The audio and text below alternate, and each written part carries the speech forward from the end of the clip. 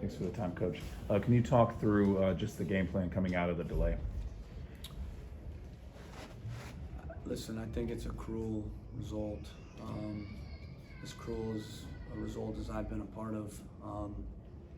If you factor in everything that kind of happened in the order that it happened, we come out, started the game bright, with energy, we get the first goal.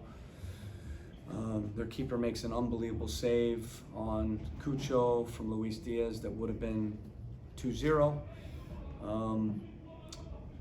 They start to get life. I didn't think at the end of the half we had enough of the ball. We start the second half.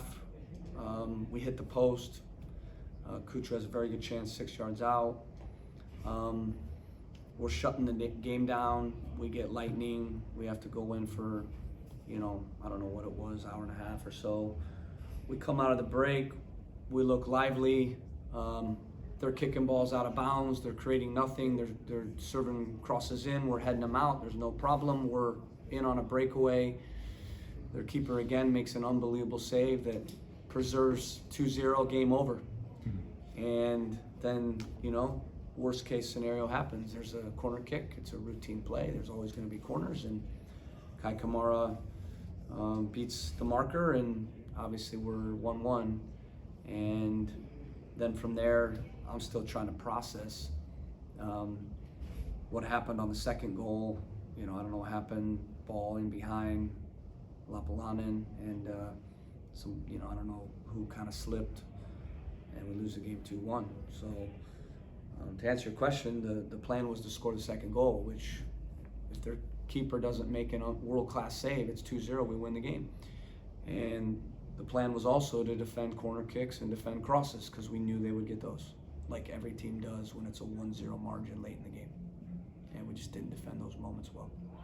And when you're talking about Cucho also, you talked about it being a tough match and a tough outcome. Do you think tonight, there were huge saves, but outside of that, was it just bad luck hitting the post, having a teammate defense kind of deflects the second chance in the second half? Again, I think it's a 1-0 win at the least. Mm-hmm. We should see the game out. We should make those plays. But for me, the second goal was in there. If it wasn't for their goalkeeper made 3 or 4 world-class saves, honestly. And I'm not even talking about Derek's chance, that we sky over the crossbar before we get the first goal. So there was a result in there for us to take. We didn't make the plays at the end of the game defensively in moments that you're always going to have to make. Those are routine plays that we got to make. We didn't make those. And yes, I think we were unfortunate. We went up against a very good goalkeeper that made a couple saves that I don't know how he made, honestly. The first half save that he made, reaction save, one of the best saves I've seen all year. And then the second half, the kick save. The game's over. The game's over if he doesn't make that save. It's 2-0. We're coming out of the break. So I thought we looked very good until the set piece goal. Coach, the left side, seeing through balls, get in, Montreal creating chances down that side. How can that be tightened up a little bit heading into the weekend? Yeah, I didn't think we defended well wide at times with our wingers and our outside backs. Kind of the ability to get pressure on their center backs and manage their wing back. I thought, Yao, when he came into the game, needed to do a bit better. If you saw, Luis and Derek were both dead. It was a difficult game from a humidity standpoint. It was a little bit slow in that regard for both teams. They had a little bit of the ball. We had a little bit of the ball. They didn't have a ton of chances. We had a bit more, I felt. And I thought it was a deserved, probably 1-0 result. If we make the corner kick play, honestly. But yeah, you're right. They got down that side a bit too much, especially when Luis had to come out of the game. No, you wouldn't use it as an excuse, obviously. They played on Saturday, obviously, full game. Come in here, the heat and everything, and then the lightning thing happens.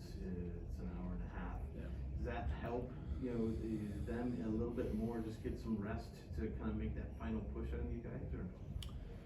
They rotated 6 guys to start the game, so, you could see they felt they needed to do that. Obviously, they brought on their big guns late, so obviously that helped them, at the end of the game. But again, I thought we came out of the break with a good energy. I really did. If you go back and watch it, they weren't getting chances. It wasn't like we were struggling or we're doing something wrong. It was interesting. We showed them a couple clips, and it was a clip of a cross from the left side into the box, clip with a cross from the right side in the box, and a set piece. And we felt those were going to be the moments that we had to defend, like you always do late in a game. Always, you're not going to avoid late in a game when a team makes a push, a few corners, and a few crosses in the box. And obviously, we gave up a goal on both those types of situations. So that's disappointing. We'll look at it. We'll learn from it. We also got to put it behind us. It's very cruel. We're all going to bed, laying our head on the pillow, feeling like shit, feeling awful, and we need to wake up tomorrow morning and put it behind us, because we've got a game in 2 days again back at home, and this one's going to hurt tonight for sure. But in football, when you have these types of games, you got to put it behind you. You got to learn from it and put it behind you, and we'll certainly learn from it. And yet we can't have a hangover that rolls into this next game. It's a very quick turnaround, obviously a late night, long day, and disappointing end. So mentally we got to recover and physically recover to gear up to play a very good New York FC team. And the halftime substitution for Josh, was that to get Milos minutes, to give fresh legs on the field? No, Oh. no. Josh had to come out of the game. He Okay. was sick and dehydrated. Okay. Yeah, and the Derek and Luis Diaz subs were subs that they were dead. Luis asked out of the game, so sometimes Pedro almost had to come out as well. Got through it, but no, we would never sub out a center back at halftime. Never would I do that. Okay. We had to do that. Thank you. Obviously, you touched on this with the goalie making some ridiculous saves. Yeah. He could have had 4 or 5 goals in this game. And it seems like that's kind of the story every time, ever since Cucho's gotten here, and him and Lucas are kind of going at it. Just I guess, is that what you can kind of take out of this if you're looking for positives at all, that you guys continue to have a kind of a lethal offense, even though you're missing by inches? Yeah, I think Cucho had a lot of good chances today, so that's a real positive. And for me, it wasn't chances he squandered, it was more good saves on their part. Honestly, like I said, two of them were world-class saves. The one in the first half and the second half. So, and then he obviously hit the post as well, which I thought was going in. He had another really nice chance from 6 yards out that he probably doesn't get enough contact on, but he had 4 or 5 really clear chances to score and had good contact on them. Obviously unlucky on the post, and then I thought the keeper made 2 very good saves. It's one of those things that if you guys keep doing that. Yeah, on a different day. Yeah. A different day, it's a different result. It's 2-0, we win the game. A different day, Kai Kamara heads the ball over the crossbar, or Jonah heads it out.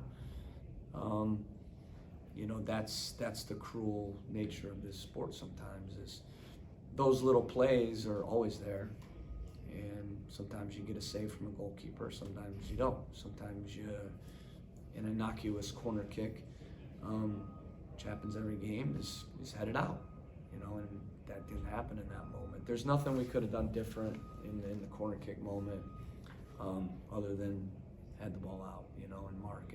And yet you have to give Montreal a lot of credit, and Kai Kamara. Obviously he's a beast in the air, and they clearly had a plan to throw crosses into him, and he made a play. So hats off to him. And then Lapalana, I think it was, maybe it was Kyoto, trying to put it behind me and forget it already. Okay. Waterman. Was it Waterman? Yeah. Even worse. Center back. Okay. So,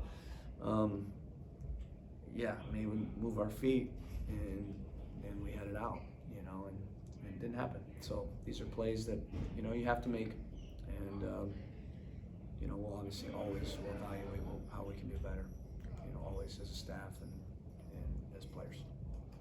Thanks, Caleb. Thanks, Coach. Appreciate your time. Thank you. Take care. Appreciate it.